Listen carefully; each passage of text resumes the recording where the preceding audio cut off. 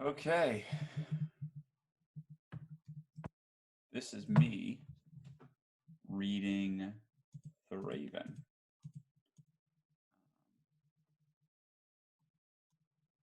I've never actually read The Raven, but here we go. Once upon a midnight dreary, while I pondered weak and weary over many a quaint and curious volume of forgotten love, or lore, while I nodded nearly napping, suddenly there came a tapping, as if someone gently rapping at my chamber door. "'Tis some visitor," I muttered, tapping at my chamber door. "Only this and nothing more." Ah, distinctly I remembered, it was the bleak December, and each separating dying ember wrought its ghost upon the floor. Eagerly I wished the morrow, vainly I had sought to borrow for my books surcease of sorrow, sorrow for the lost Lenore, for the rare and radiant maiden whom the angels name Lenore, nameless here forevermore. And the silken, sad, uncertain rustling of each purple curtain thrilled me, filled me with fantastic terrors never felt before, so that now to the still beating of my heart I stood repeating, "'Tis some visitor's entreating entrance at my chamber door, some late visitor entreating entrance at my chamber door. This is it and nothing more." Presently my soul grew stronger, hesitating, then no longer. "Sir," said I, or "Madam, truly your forgiveness I implore. But the fact is I was napping, and so gently you came rapping, and faintly you came tapping at my chamber door, that I scarce was sure I heard you. Here I opened wide the door, darkness there, and nothing more." Deep into that darkness peering, long as I stood there wondering, fearing, doubting, dreaming dreams no mortal ever dared to dream before. But the silence was unbroken, and the stillness gave no token, and the only words there spoken was the whispered word "Lenore." This I whispered, and an echo murmured back the word "Lenore," merely this and nothing more. Back into the chamber turning, all my soul within me burning, soon again I heard a tapping somewhat louder than before. "Surely," said I, "surely that is something at my window lattice. Let me see then where that is." What? That's a cool rhyme. "This mystery explore. Let my heart be still a moment, and this mystery explore. 'Tis the wind and nothing more."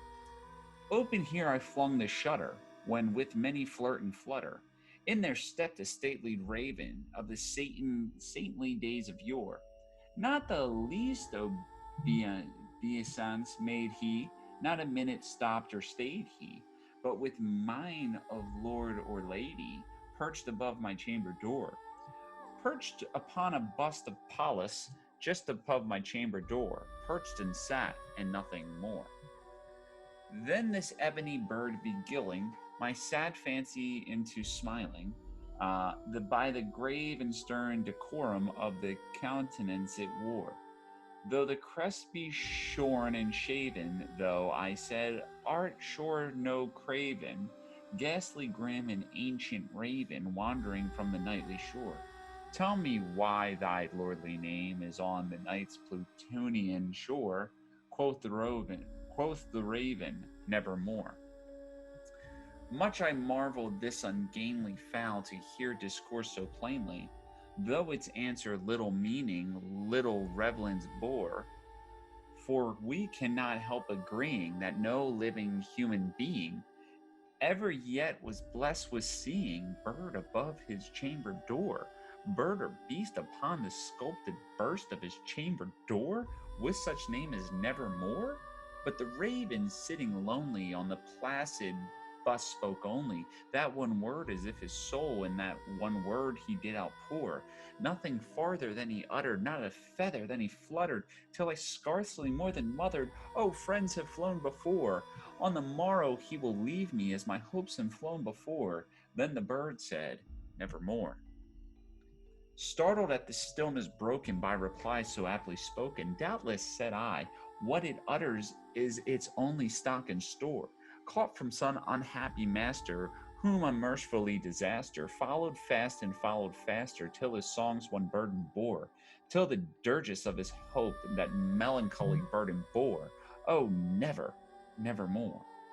But the ravens still be gulling, and all my beguiling. That's good, right? But the ravens still beguiling, all my fancy smiling. That's it. Straight I wheeled cushioned seat in front of a bird and busted door.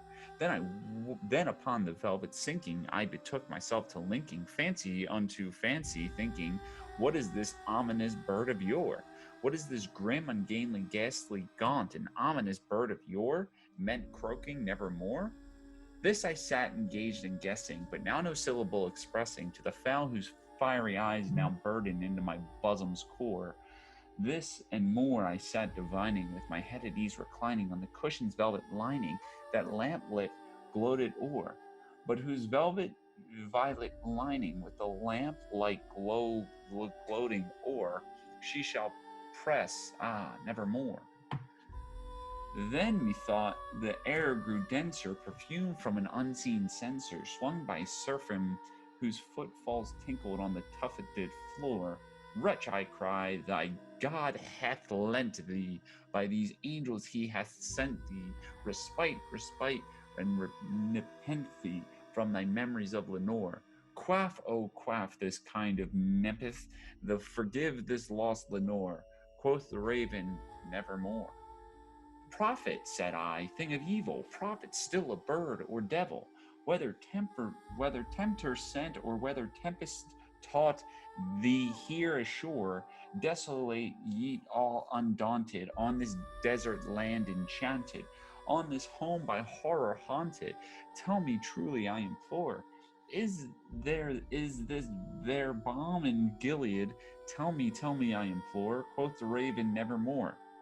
Prophet, I said, thing of evil, prophet still, bird or devil, by that heaven that bend us above, by that God we both adore, tell this soul with sorrow laden, within the distant Aden, it shall clasp a saint and maiden, whom the angels name Lenore, clasp a rare and radiant maiden, who the angels name Lenore. Quoth the raven, nevermore. Be that word our sign of parting, bird or fiend, I shrieked upstarting. Get thee back into the tempest and the night's Plutonian shore. Leave no black plume as a token of that lie soul have spoken. Leave my loneliness unbroken, quit the bust above my door. Take thy beak from out my heart and thy form off my door, quoth the raven, nevermore.